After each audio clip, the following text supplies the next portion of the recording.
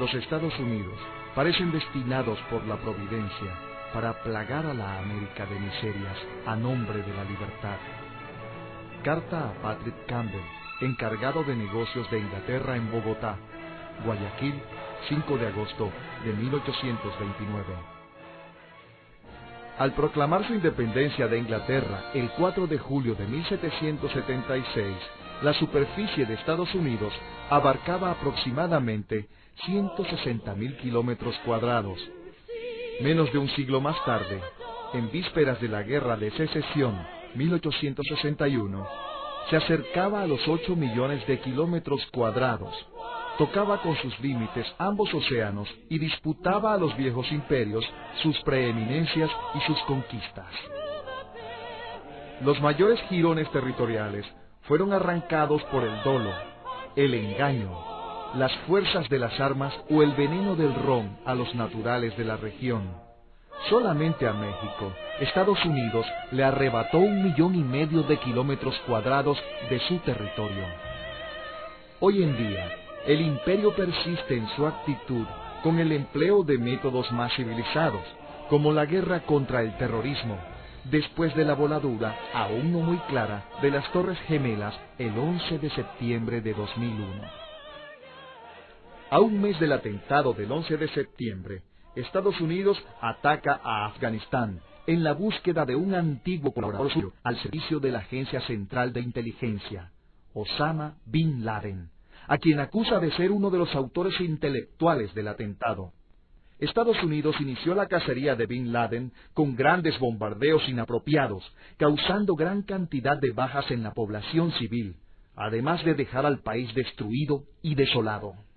Si bien es cierto que Afganistán posee pocos recursos petroleros, al norte, sus vecinos, las antiguas repúblicas soviéticas, poseen suficiente petróleo y gas.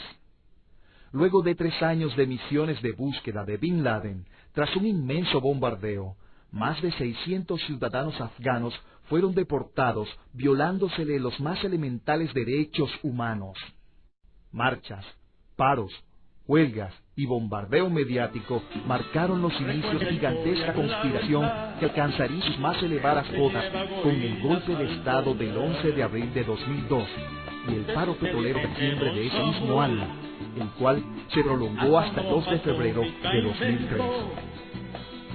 Ambos movimientos resultaron derrotados a pesar de haber contado con todo el apoyo del poder económico, mediático, de la alta gerencia petrolera, la cúpula eclesiástica, los partidos tradicionales AD y COPEI, la CTV y sobre todo con el apoyo del gobierno norteamericano a través del Departamento de Estado, la Agencia Central de Inteligencia CIA y la Embajada Americana. Basándose en informes elaborados por la Agencia Central de Inteligencia CIA, los cuales posteriormente demostraron ser falsos. Estados Unidos acusó al gobierno de Irak de poseer armas de destrucción masiva y que Saddam Hussein era una amenaza para la seguridad de Estados Unidos, que descentralizaba el Medio Oriente y financiaba terroristas con recursos petroleros. El presidente de Estados Unidos, George W. Bush, decide invadir a Irak el 20 de marzo de 2003, con el silencio cómplice de la Organización de las Naciones Unidas y en nombre de la guerra contra el terrorismo, violando acuerdos y tratados del derecho internacional, suprime los derechos humanos, utiliza la tortura y municiones radioactivas, uranio 238.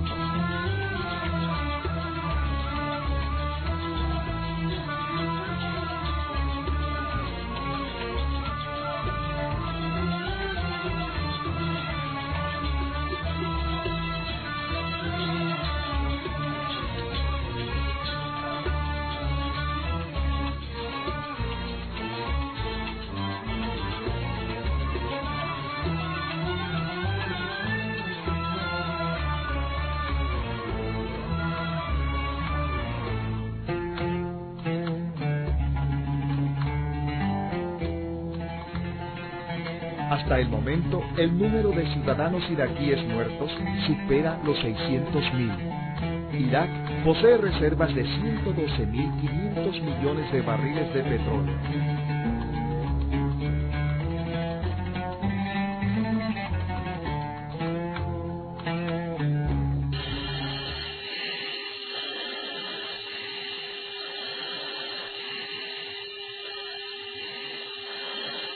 I got numerous individuals on the road. You want me to take those out? Take them out.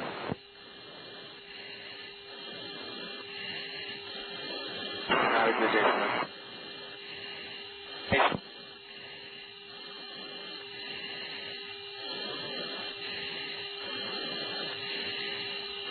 10 seconds.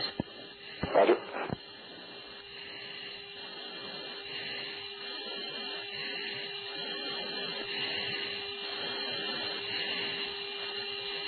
Impact. Oh, dude.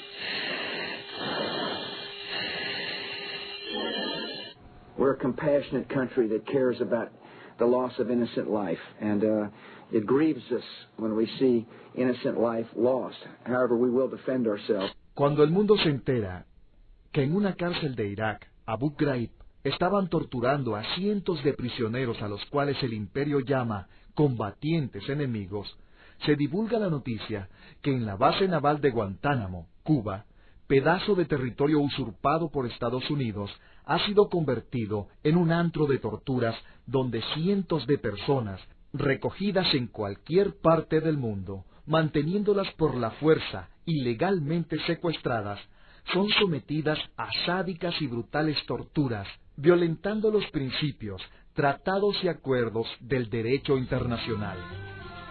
Recientemente, se divulgan las noticias de que el gobierno de Bush tenía cárceles secretas en países defensores de los derechos humanos en Europa, donde también se tortura a los prisioneros.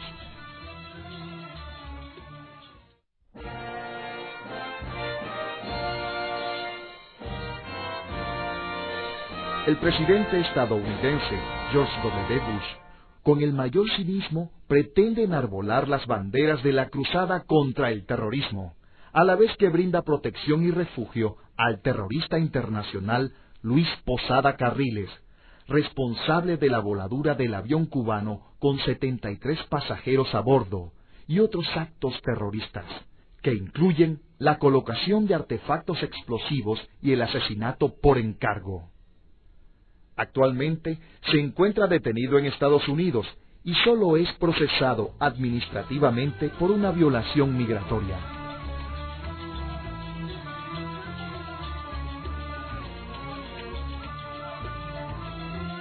Mientras se complican cada día más en su acción militar invasora en Irak, planifican una nueva agresión bélica contra el pueblo iraní.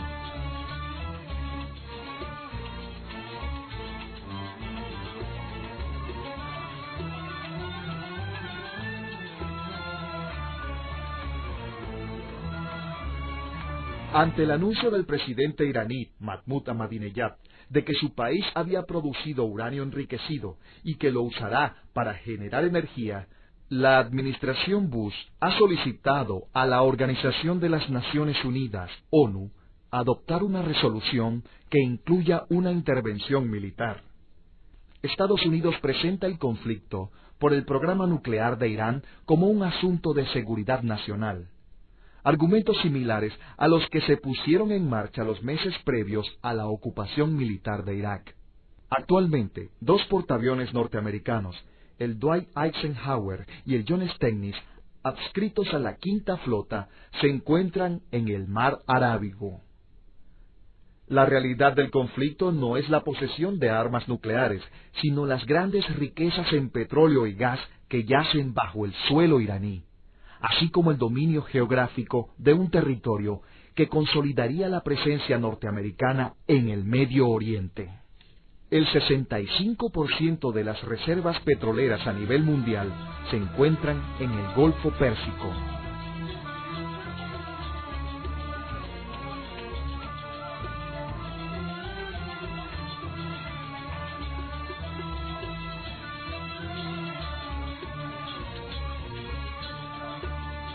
El enemigo número uno de la humanidad, George W. Bush, responsable de cometer actos genocidas contra los pueblos de Irak, Afganistán y Líbano, nuevamente pone en peligro la paz mundial. El imperio más genocida. Más genocida, bueno, y el imperio que ha atropellado a estos pueblos durante siglos. el imperio norteamericano, y sobre todo en este gobierno, estos gobiernos del presidente Bush. Y antes, pues, por supuesto, son épocas, son todo un siglo, 100 años de imperialismo, 100 años de atropello, 100 años de engaño, de cinismo. Ahora nos va a venir con este cuento el presidente de los Estados Unidos. Es el colmo del cinismo. Es el colmo del cinismo. Cuando erigiéndose como juez supremo del mundo, amenaza a Irán, Siria y a la patria de Bolívar con una intervención militar. Viene a tratar de frenar el proceso de cambios en la América Latina. Viene a tratar de sembrar cizaña entre nosotros. Levante en tus manos la bandera de la revolución, América Latina obrera, y grite con fuerza, Yankee go home, Yankee go home, Yankee go home. La patria primero. Orgullosos de ser venezolanos. Prohibido olvidar.